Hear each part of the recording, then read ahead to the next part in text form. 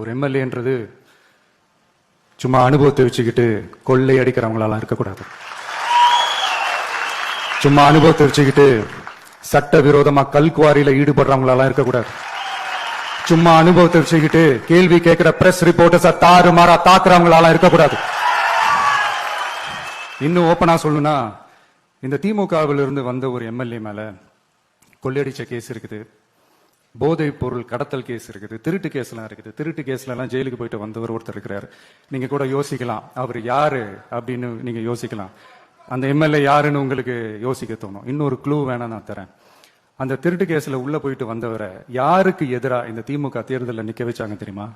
இன்னைக்கு அவங்க கூட்டணியிலேயே மூச்சுக்கு 300 தடவை முட்டு கொடுக்கிற ஒரு மிகப்பெரிய ஒரு தலைவருக்கு எதிராக.